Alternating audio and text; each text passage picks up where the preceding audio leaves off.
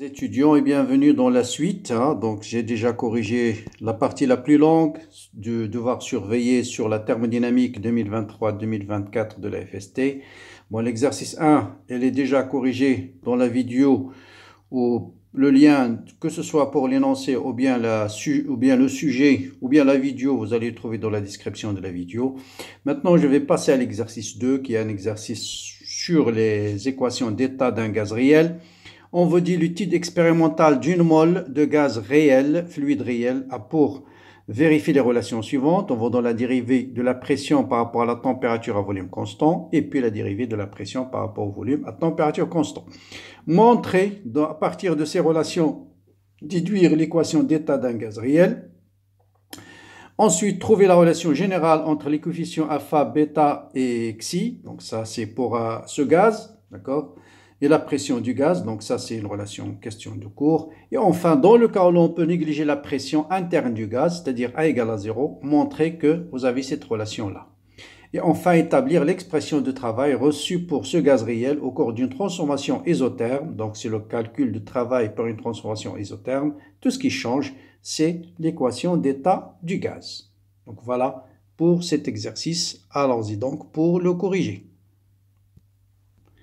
Bien, qu'est-ce qu'on nous donne? On nous donne la dérivée de la pression par rapport à la température à volume constant. Et on nous donne la dérivée de la pression par rapport au volume à température constante. Et on nous questionne quelle est l'équation d'état. Au passage, vous pouvez vérifier que la dérivée de cette expression par rapport au volume est égale à ce terme et la dérivée de cette expression par rapport à la température est égale à ce terme. Or, ces deux conditions montrent que la pression ou la différentielle de la pression est une différentielle totale exacte. Parce que d carré de P sur d de V de t est égal à d carré de P sur d de t sur d de V. Donc la dérivée différentielle de la pression, on peut l'écrire sous cette forme-là. Maintenant, pour trouver l'équation d'état, il suffit de chercher. Donc voilà, on connaît l'expression de la différentielle. On veut déterminer maintenant P. On sait que c'est une différentielle totale exacte. On doit chercher P en fonction de V et de T. Eh bien, méthode classique, on fait des intégrations. Je prends par exemple la première équation. Donc d de P sur d de T est égal à ça. Donc ça, c'est la dérivée par rapport à température à volume constant. J'intègre par rapport à la température. Donc l'intégrale de R sur V moins T par rapport à la température, c'est une constante. Donc c'est alpha fois T. Donc d de P sur d de T, donc là c'est plus, pourquoi le signe moins? Par rapport à la... Ah pardon, c'est pas ici, c'est là, d'accord? C'est, voilà, alpha fois T. Et l'intégrale de 1 sur T carré, c'est moins 1 sur T. Donc l'intégrale de 1 sur T carré dt, c'est moins 1 sur T. Donc moins 1 sur T plus une constante, bien sûr. Et cette constante, elle dépend éventuellement du volume. Parce que là, j'intègre à volume constant. Une fois qu'on a trouvé cette expression, maintenant je dérive par rapport à la température, cette expression-là, et je compare avec ce qu'on me donne. Avec ce qu'on me donne, avec ça. Par rapport au volume, pardon, je dérive par rapport au volume, et voilà. Donc si je dérive, donc ça c'est, je dérive ça par rapport au volume, et je compare avec l'expression qu'on me donne. Donc la dérivée de 1 sur V moins B, c'est moins 1 sur V moins B au carré. La dérivée de 1 sur V au carré, c'est moins 2 sur V au cube. Donc ça vaut dans cette expression, plus F' de V. Maintenant, je vais comparer avec D de P sur D de V, avec cette expression-là.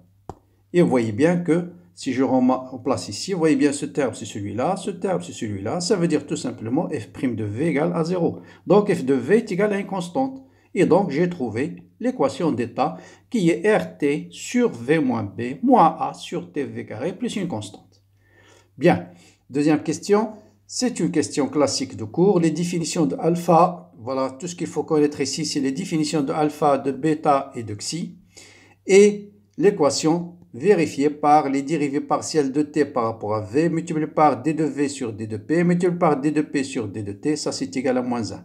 Après, on remplace d de t sur d de v par sa valeur. Donc, c'est d de t sur d de v, c'est 1 sur alpha fois v. Je remplace d de v sur d de p. d de v sur d de p, il est là, par moins xi fois v.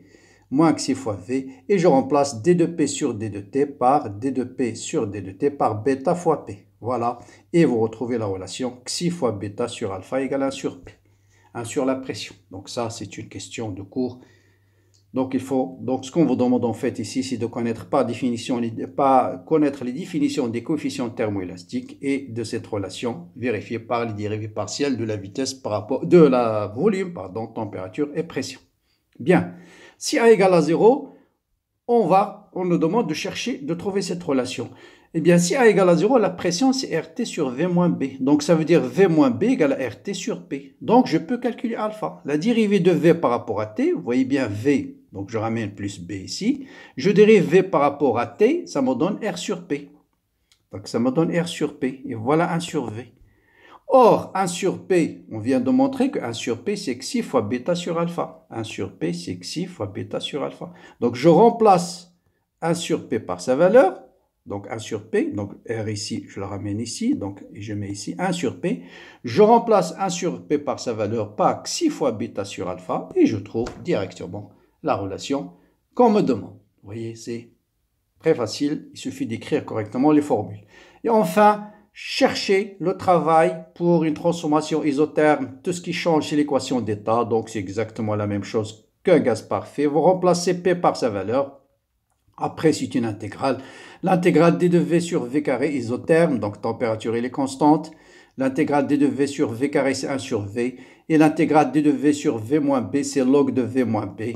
Et voilà le travail pour une transformation isotherme d'un gaz réel. Donc voilà pour la deuxième partie et la suite du corrigé de devoir surveiller. J'espère que vous avez bien travaillé. Donc bonne chance, bon courage, bonne continuation. À bientôt.